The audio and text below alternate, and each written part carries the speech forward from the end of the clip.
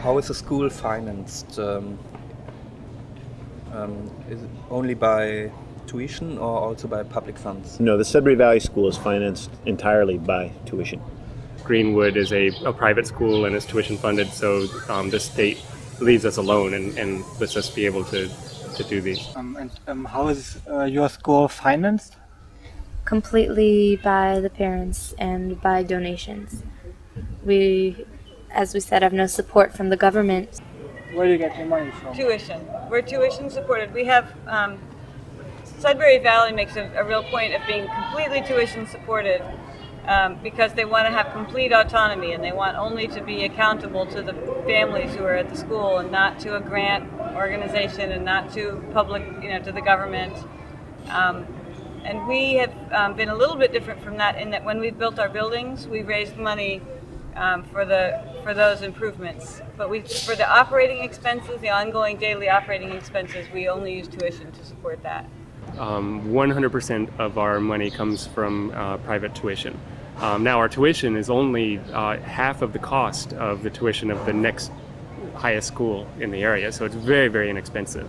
And our tuition is about $6,000 a year, which is higher than some of the other Sudbury schools. But our assembly has voted to raise the tuition so that our staff could be paid a wage that you can support a family on. And if you put it into perspective as well with the other private schools in the area, only the church-run schools are less than we are. It's not unusual for students in the area to be parents to be paying $15,000 to $22,000 for a private school. So we're a pretty good deal. And we intentionally keep the tuition as low as we possibly can to try to make the school available to anybody, and we don't want it to be just exclusively to the upper class or the upper middle class. We want to make sure that it's available to working families as well. What a lot of Sudbury schools do is they base it on what it would cost if we were paying out of pocket to send our child to public school, like what it costs per child. Ours is $3,500, which is actually pretty inexpensive. It's about half the price of the private schools in the area. One of the reasons why I chose it initially is because we could afford it. I also sort of figured it out, like the schools are open from 9 to 5 p.m. Most schools, the public schools might be free, but they charge for an after-school care program. When you look at the cost of tuition for our school, it's actually not that much more than if I had her in an after-school care program till fall.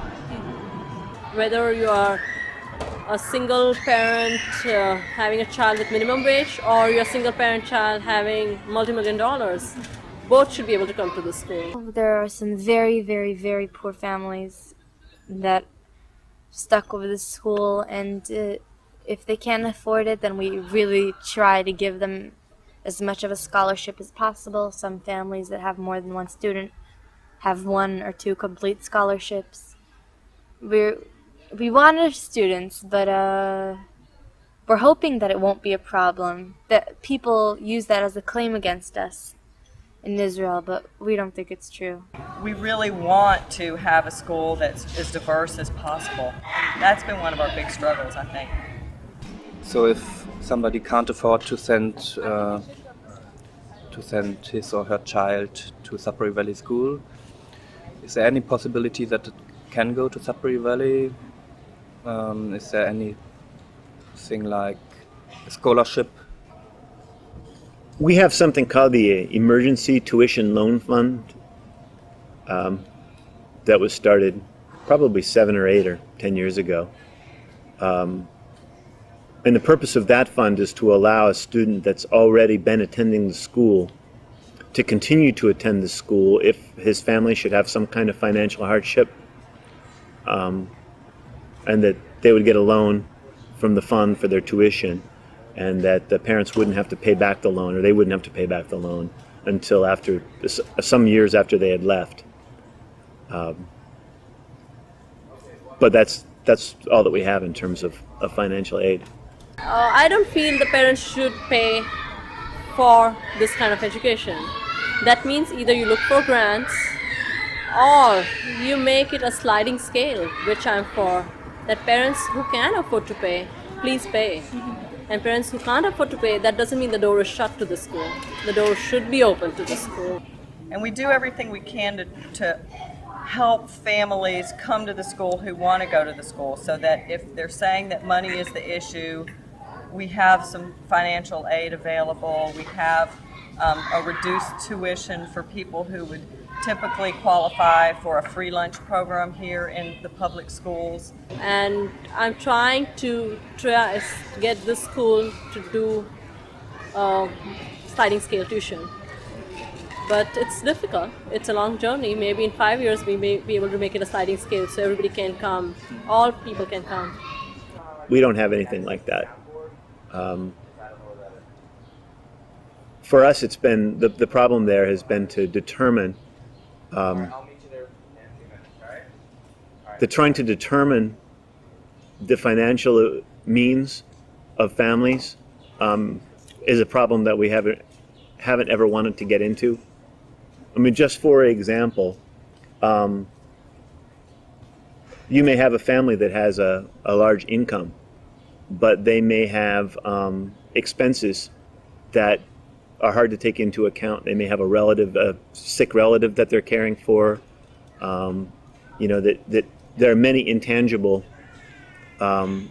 conditions that affect how much money a family has and what their ability is to pay for anything in particular. And that where one family may make do with a very old car or with just one car, and therefore has a certain amount of money available, another family may decide that they need new cars, and therefore say, well, we don't have the money to send our kids to school. It's one of the reasons why this school doesn't grow bigger than it does, because I think the people, a large portion of people that we could serve may be a little bit uncomfortable in public school, but when they look at spending any money, it doesn't seem worth it to them. And that over the years we've seen families who really wanted their kids to be at Sudbury Valley figure out how to make the sacrifices that are necessary in order to be able to pay the tuition. And to me, it's kind of hard to honor that sacrifice and commitment on one hand, and to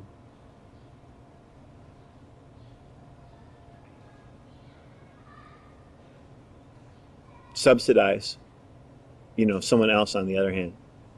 It's a difficult question, but our approach to it has been to do everything we can to keep the tuition low, and to try and have everybody pay the same amount.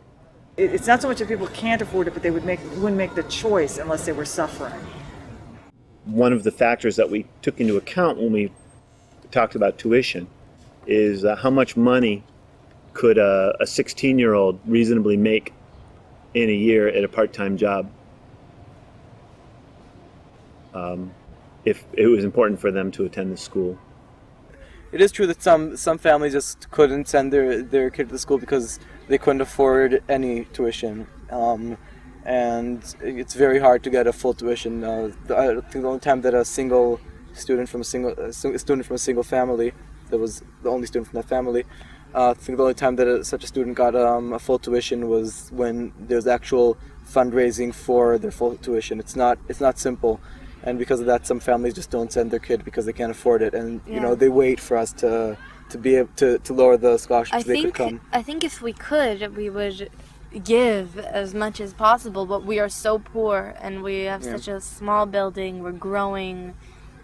If we were doing better, I think we'd definitely make it a lot easier for people to come, lower the tuition by a substantial amount, but right now we can't.